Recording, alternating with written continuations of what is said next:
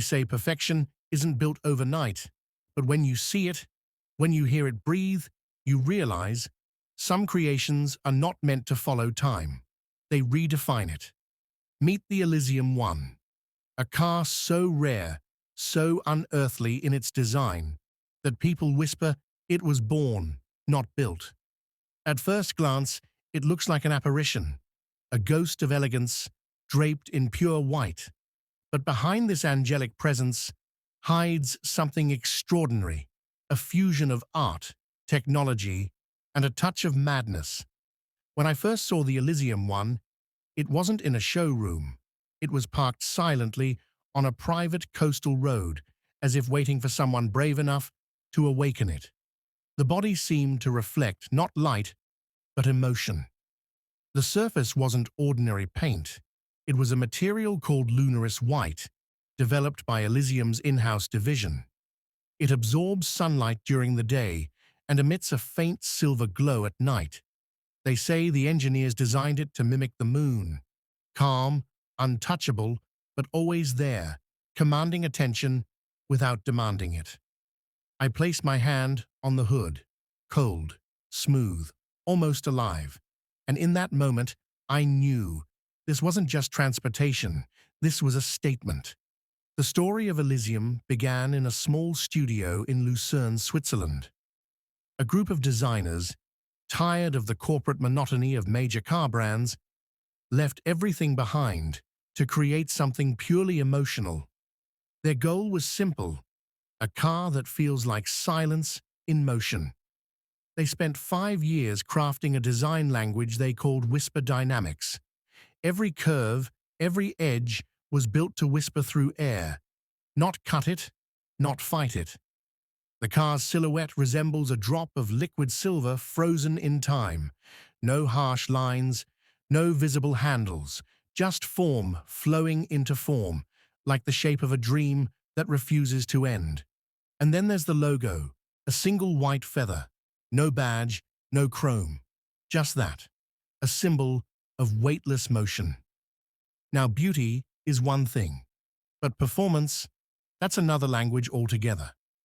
Underneath that sculpted body lies something the company calls the Aural Engine. It's not fully electric, and not fully combustion either. It's what engineers describe as a hybrid symphony. 2 micro-turbine units charge a graphene battery, feeding power to all 4 wheels independently. The result? 1,320 horsepower. But what truly sets it apart isn't the number, it's the way it feels. When you start the Elysium One, there's no roar, no explosion of power, just a low hum, like a heartbeat under velvet. And then it moves, not forward, but through time, from 0 to 100 in 1.9 seconds. Yet it never feels aggressive. It feels like being pulled by light. Open the door, if you can find it. The panels slide open seamlessly, guided by sensors that read your motion. No handles, no buttons, just presence. Inside, it's silence. The Elysium One doesn't use traditional materials. The seats are made of Aurora silk, grown from lab-made fibers that adapt to temperature and heart rate. The cabin adjusts its hue depending on your mood, white when calm, silver when focused, and a soft rose when you drive at night. The air smells faintly of white cedar and ozone, the scent of mountain rain, and instead of a screen, the dashboard is a single pane of crystal that displays information as if written on light. The company refused to install a start button. They said, "Why press a button to feel alive? Just breathe, and it begins." When I took it on the open road, something strange happened. There was no sense of speed. The world outside blurred gently, as though time had slowed down, just enough for me to savor every moment. The steering felt telepathic, like the car already knew where I wanted to go, and the suspension, it wasn't mechanical, it was magnetic. The car floated above the road, reading every bump before the tires even touched it. They say Elysium's engineers train the system with data from professional pilots, not racers, but aeronauts, because the goal wasn't ground performance, it was flight on land.